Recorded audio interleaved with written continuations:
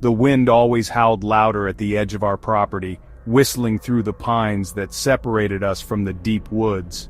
It was a sound that seemed to come alive at dusk, growing wilder as the sun slipped behind the trees. Sometimes I'd stand on the porch and listen, feeling the chill creep up my arms, wondering what secrets the forest kept hidden just out of sight. The cabin stood there, old, forgotten, half hidden by overgrown bushes, its windows like black, empty eyes. Moss crept up its rotting walls and the roof sagged under years of neglect. It looked as if it had grown out of the earth itself, a part of the forest that refused to die or be reclaimed. My dad had one rule: stay away from it. He never explained why. His voice was always firm, his eyes never meeting mine when he said it, as if the words themselves carried a weight he didn't want to share. Mom would shiver and change the subject if I brought it up. Sometimes, I'd catch her glancing out the window at dusk, her face pale, lips pressed tight, as if she was remembering something she wished she could forget. Their warnings only made me more curious. I spent hours staring at the cabin from my window, watching seasons change around it, wondering what secrets it held.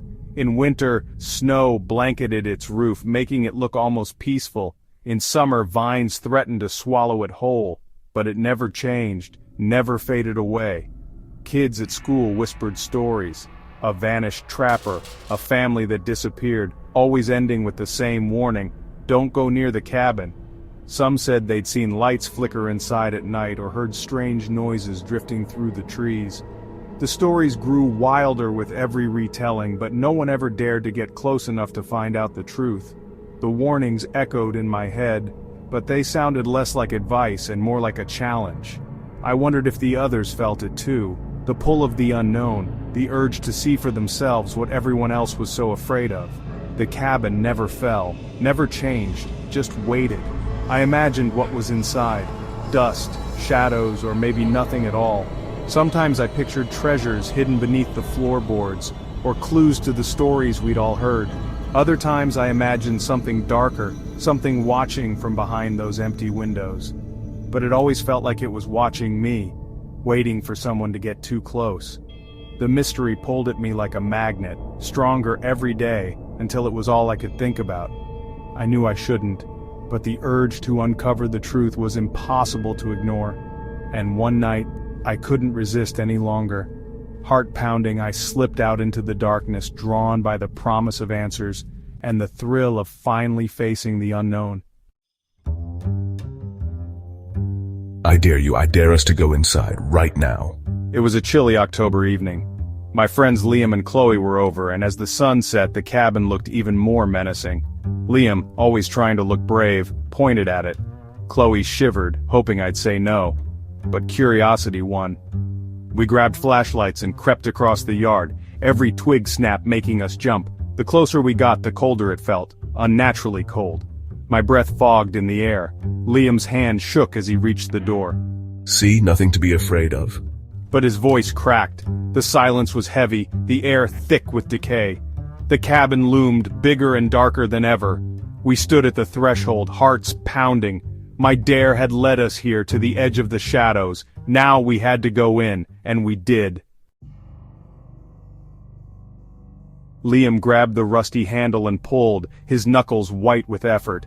The door wouldn't budge at first, swollen from years of rain and neglect. We all pressed our shoulders against the wood, the old hinges groaning in protest. Finally, with a shriek that echoed through the trees, the door gave way, opening just enough for us to slip inside.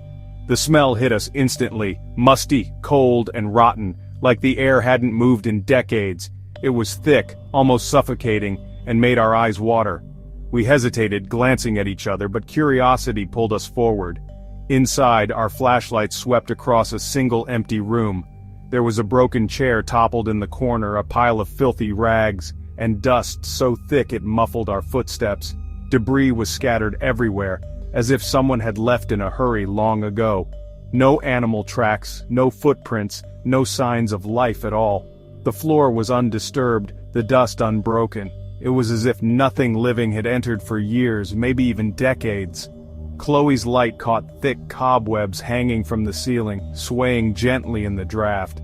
They looked like ghostly curtains, untouched and heavy with dust. Let's just look around and leave. This place gives me the creeps. We moved slowly, every creak of the floorboards making us jump. The silence was so deep, it felt like the cabin itself was holding its breath, waiting for something. I found a name scratched into the wall, the letters almost worn away by time. I tried to make it out, but it was too faded, the story behind it lost to the years. Then a sudden scraping sound from the shadows, sharp and unexpected, breaking the silence. We froze, flashlights snapping toward the pile of rags. Our hearts pounded as we stared, barely daring to breathe. Probably just a mouse. Or at least that's what I hoped. But the sound came again, louder this time, scraping and dragging. It was too heavy, too deliberate, not a mouse. Something was dragging itself across the floor, just out of sight, hidden in the darkness beyond our lights. I want to go, please let's go now, I don't care what it is. But it was too late for that. Something was already awake in the darkness, and we were not alone. Suddenly a thump above us. We looked up, no attic, just the sagging roof. Thump, thump, footsteps impossibly heavy moving across rotten wood. Okay, I've seen enough. We backed toward the door, flashlights shaking. The footsteps stopped. Silence pressed in. Then, a whisper, dry, raspy, all around us. The temperature dropped. I could see my breath. The whisper grew louder, closer, like someone was right behind me. I squeezed my eyes shut, feeling a heavy, angry presence. Suddenly the door slammed shut. Bang!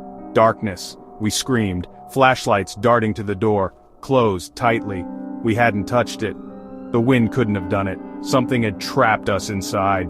The whispering became a chorus of angry hisses. We were trapped in the dark with whatever haunted the cabin.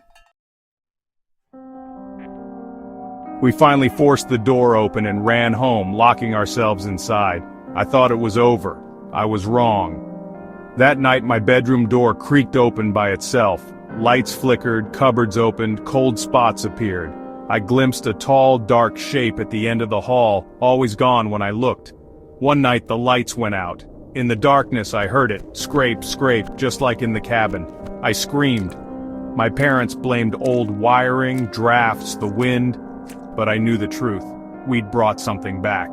The house felt cold, watchful, haunted. I started sleeping with the light on, but still woke to footsteps outside my door. The haunting was getting stronger. My family was scared, but I was terrified. We had disturbed something, and it wasn't letting go, and it was only getting closer. Fear thickened in our house, seeping into every corner and clinging to the walls like a heavy fog. Every night the air felt colder and the silence grew heavier, as if the house itself was holding its breath. My little sister Maya suffered most. Nightmares every night, her sleep broken by cries and whispers only she could hear. She'd wake up drenched in sweat, her small body trembling beneath the covers. She'd wake up screaming, pointing at her closet, her eyes wide with terror. Sometimes she'd refuse to let anyone close the door, convinced something waited for her in the darkness. He's in there. The man is watching me. He never blinks. He just stands there, waiting. One day, Maya showed me a drawing, a tall, faceless figure with long black arms that seemed to stretch across the page. The lines were jagged, frantic, as if she'd drawn it in a hurry, desperate to get the image out of her mind. He's the man from the woods. He visits me at night. He whispers my name and I can hear him moving in the shadows. He used to live in the old wooden house, the one hidden deep in the trees where no one dares to go anymore. Maya said he never left. Not really. My blood ran cold. She'd named the shadow I kept seeing, the one I'd tried to convince myself was just a trick of the light. But Maya saw him too, and she gave him a name. That night, I told my parents everything. The dare, the cabin, Maya's drawing, and the strange things that had started happening since we'd gone into those woods. My dad went pale. My mom cried. They finally believed me.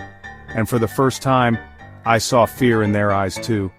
The joy was gone from our home, replaced by fear and a sense of dread that never seemed to lift. The man from the woods had followed us, and now he was after my sister. We felt his presence everywhere, lurking just out of sight.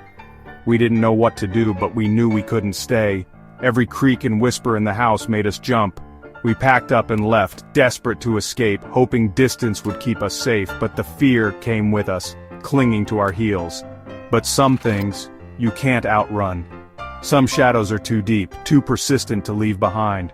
The shadow lingered in our memories, haunting our dreams and coloring every quiet moment with unease. And sometimes, in the dark, I still feel him watching, waiting for the moment when we let our guard down. We moved far away, the nightmare stopped, but the memory never left. Years later, I returned to my old home, drawn by a need for closure. The house was different, but my eyes went to the woods. The cabin was gone, just a clearing, wildflowers, and a crumbling foundation. Relief washed over me. It was finally over. I stood in the sun, feeling the weight lift. Then, a cold breeze swept through, rustling the leaves. In that sound I heard it, a faint hissing whisper saying my name. I froze. For a moment I saw a tall dark shadow among the trees. Reader, beware. Some places are best left alone. Some shadows linger forever. Have you ever had an experience you couldn't explain? Share your story in the comments. I'd like to know I'm not the only one.